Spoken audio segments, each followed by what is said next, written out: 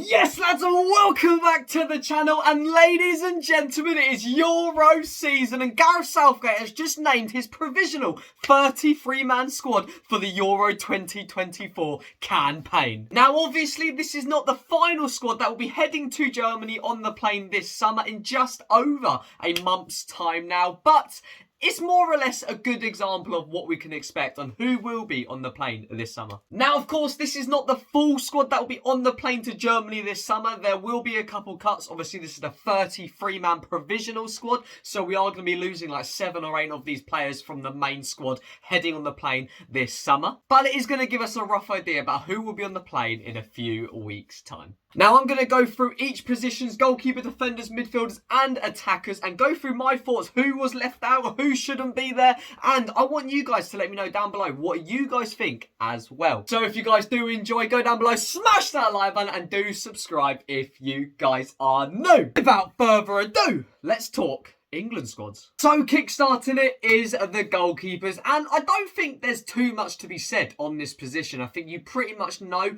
barring injuries, who the top 3 goalkeepers who will be going on the plane will be. Obviously, Southgate has chosen 4, those 4 being Jordan Pickford, who for me is just the mainstay. That is England's number 1. You've got Aaron Ramsdale, Dean Henderson and young James Trafford. Now, of course, the injuries revolving around Nick Pope pretty much means it is impossible to choose him. I don't think you're missing anyone there. I think out of all of them, it's going to be either Dean Henderson or Trafford who doesn't miss out. I don't think it matters too much because I do think it is as simple as Jordan Pickford's number 1, and if anything, God forbid, happens to him, Rambo will pop in, but I think it doesn't really matter. If it was me, I'd just bring the 2 goalkeepers and leave it at that. Overall, solid start. Now it is interesting because we go on to the defenders. Kicking straight off, this is interesting. We're going to start with the fullbacks first. Kyle Walker, Luke Shaw and Kieran Trippier. Now, Kieran Trippier, not been his greatest ever season, but I think for the England squad with the set pieces, with just being an experienced head around what could be a very young dressing room, I think bringing someone like Trippier is a massive dub, and he can play both on the right and the left side of the back 4, or maybe even as a wing back in a back 5. Kyle Walker, probably England's by far best right back, whether he wants to play a back 3 as a right sided centre back or as a full back or a wing back. Kyle Walker is the guy. Luke Shaw, however, is an interesting one. Obviously, a Man United fan, Luke Shaw has been injured for 95% of this season. That being said, Luke Shaw is head and shoulders England's best left back when he is fully fit. 70% Luke Shaw, I do still think, is England's best left back, and I think you ease him into the first game or 2, probably play Trippier as a left back in the first couple games, and apart from that, I think that's pretty fair. Obviously, no Ben Chilwell's interesting. Obviously, Reece James missing out as well as a couple other young players, maybe a Livramento missing out. But to be honest with you, I think that's pretty fair. Now, before I move on and everyone starts shouting at me, they have got Trent Alexander-Arnold down as a midfielder, not a defender, which is very, very interesting. But worst comes to worst, we do have an extra fullback, predominantly, if I can speak, on the right-hand side. However, I really hope we do not play Trent as a right back, because listen, put him in midfield, I don't care, whatever. He's not a good defender, so don't try play him there. Next up, the centre halves. Now, I'm looking at this list here, and to be honest with you, it's a little bit mad. Like, you've got a couple of unexpected names, but also a couple of names that, you know what? Gareth, you've done well there. They deserve this. Now, obviously, a couple of these will not make it to the final squad, but I'm reading them out now. Jared Branthwaite, you've got Lewis Dunk, Joe Gomez, which is a 50-50 one in my books. Mark Guehi, you got Ezri Konsa, which is a cool shout. Obviously, big Harry Maguire with Jarell Konsa, who, listen, this is not just me going against some Liverpool things. It's a massive, massive risk. He's a very young player and a very inexperienced player. I know you could say the same thing about Branthwaite, but I think he's proved it for the majority of the season at his club, whereas Konsa's quite latter stages of the season. So the fact he's put him in there, obviously just the provisional squad, is a big call for Southgate. But listen, as a United fan, Konsa has probably been one of Liverpool's best centre-backs in what otherwise might be a dodgy tail end to the season. It's a solid group of defenders. I think if anyone from that list will be missing out, for me personally, I think Lewis Dunk will probably drop out. I think you'll have Joe Gomez drop out. I know he's quite a good versatile centre-back who can play on the full-back positions as well, but I just don't know what it is. I just don't rate Joe Gomez and I don't feel safe with him there. You're probably going to keep all the full-backs. Constance maybe a 50-50. Brantwaite. It's going to be interesting to see what he does, but it all depends on the formation Southgate wants to play. He does love that back three style thing, but if he goes for a back four, he's going to have to keep a lot of those centre-backs and probably drop more in the forward position, which we'll get into in a bit. But first, we're moving on to the midfielders, and this is a very interesting list. Before I get started, I'm reading this now, and there is a couple players who are down as forwards who you would probably think will be playing in the midfielder situation. So if you're thinking you've missed some names here, they're down as forwards here, so wind your neck in. Trent Alexander-Arnold, I think that's fair. If you're going to play him, which he's got to be on the plane, his passing ability is fantastic, but do not give him the defensive instructions because he can't do it. Conor Gallagher, who I think arguably should be a starter for England. I think he's been brilliant for Chelsea this season. And what started off a really poor team ended up being quite a consistently well-performing team. Curtis Jones, which, listen, I have no problem praising Liverpool players when they deserve it. Trent, he needs to be on the plane. I think Quansah's a brave but a good shout from Southgate. You've obviously got some other Liverpool players as well doing brilliant.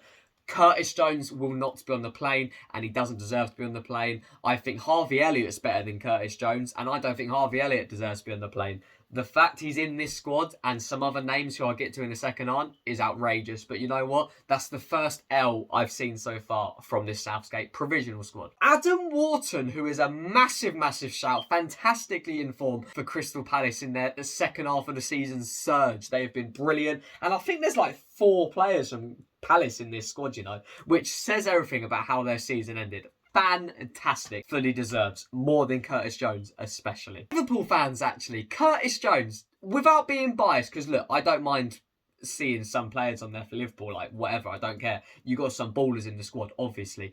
I don't think Curtis Jones deserves to be on this plane. If there was one of the two out of Elliott and Jones, you're probably choosing Elliott. I don't know what it is. I don't rate Jones whatsoever. Kobe, Manu, wow. I don't need to say anything else. If he's on the plane. Like I mentioned, there is a couple midfielders who I didn't mention there. They are down as the forwards, which there is a lot of forwards here, boys. 90% of them are midfielders, though. So I'm going to list them off first. The golden boy himself, Jude Bellingham. If he performs, he is going to single-handedly drag us to the Euros glory. He just is crazy. We are blessed to have him as an Englishman. You've also got down here the likes of Eze, who's been playing as more of an attacking midfielder for Palace, who has been absolutely world-class. Phil Foden, who is probably a left winger, but he has been playing quite central as well for City. James Maddison, similar to Eze and Foden, to be fair, can play on those wings, but is predominantly more of a central attacking midfielder. Cole Palmer as well. I think majority plays as a right-sided winger, but has played a lot in the cam midfielder position as well. So overall, there's some players in the forward positions that are midfielders, but I think 90% of that list I just sent there will be on the plane. There's a couple that are 50-50. Eze deserves to be on the plane, but whether he takes them or not, we'll have to see. Same things with James Maddison, actually. I think he should be on the plane, but this is going to be a very cutthroat list when they drop like 7 or 8 players. And I think Maddison might just lose his place. Because realistically, you're going to play Palmer, you're going to play Foden, both over James Maddison. In terms of the wingers I'm looking at here, you've got Jared Bowen, who has been killing it this season. Slowed down a little bit towards the end, but I do think has been a brilliant. Anthony Gordon, who I think is England's best left winger. Simple as that. I think he is fantastic. As much as I don't like the guy, he is the definition of Scouse. He deserves to be on the plane, and I think he will be a massive addition for Southgate's Euro side this summer. Bukayo Saka, who I think has had a bit of a slow season, to be honest with you, and I don't actually think he's our best right winger going into this Euros, but we'll have to see how that goes because he's going to be on the plane. And of course, in terms of the 3 strikers, Harry Kane, the skipper, he's starting striker. You've got Ivan Toney. and Ollie Watkins. So a couple of interesting options there. I reckon one of those three will not go to the Euros. And if I had my choice, I'm probably saying Tony drops out. I can't lie. I think he's a top striker, but Watkins just deserves it more. Now, obviously, like I said, this is just the provisional squad. So you're probably going to lose like 7 or 8 of these players from the actual final list in a few weeks' time. But to be honest with you, I think he's done well here. He's dropped some of his favourites, let's say, the likes of Calvin Phillips, the likes of Jordan Henderson, and listen, to prove it's not biased, the likes of a Marcus Rashford, because the guy doesn't deserve it this year. I love Rashi. I think he's an absolute baller, and he is a massive, massive player. And if you get a top form Rashford, that is England's best left winger by a country mile. But he's not there, and he's not been top form this season. As simple as that. I'm missing a couple of bigger names, though. Someone like a James Ward-Prowse. I don't know how he's not got in there when you're including the likes of Curtis Jones. Doesn't really make much sense, even if it is just for those set pieces. You're facing a France, you're facing a Germany, a Spain. 90th minute, you're getting in the corners, you're powering onto them. You're going to want a set-piece master, which he is. Maybe that's why you're using the Kieran Trippier. I don't know. To be honest with you, the big one I'm missing from this list is Dominic Solanke. How Tony's in and Solanke isn't, I'm not too sure. I know a lot of people are going to say the likes of Colwill. He's fallen off quite a lot in the second half. I don't think he deserves it over the centre-backs there. I think people are going to say Tomori. I think Tomori's a little bit overhyped. I'm going to be honest with you. I think he's a top defender, but I think people are basing him off FIFA rather than real life. I think most of the people asking for Tomori don't actually watch AC Milan. I'm going to be honest. Obviously, you could argue getting a proper fit left-back, because in terms of a specialist position, the only left back in this squad right now is Luke Shaw. And as things currently stand, the guy's injured. A risky one, but Trippier, as we know, can play there. And I'm sure you can put Joe Gomez on either side as well and try and put a shift in. To be honest with you, I'm intrigued to see what you guys say. And I will do a video saying my starting 11 for the Euros in a couple weeks' time. But to be honest with you, I'm happy with that squad. I don't think you can really give him much criticism for that. The only players that are probably missing out is Solanke and Ward-Prowse. But apart from that, I think that is that squad right there I'm looking at is more than capable enough to win the Euros. I don't see any negatives of it. I genuinely think Curtis Jones is the only one there that I'm there like, really, Curtis Jones? But apart from that, I'll be more than happy to see any of those players go to the Euros this year.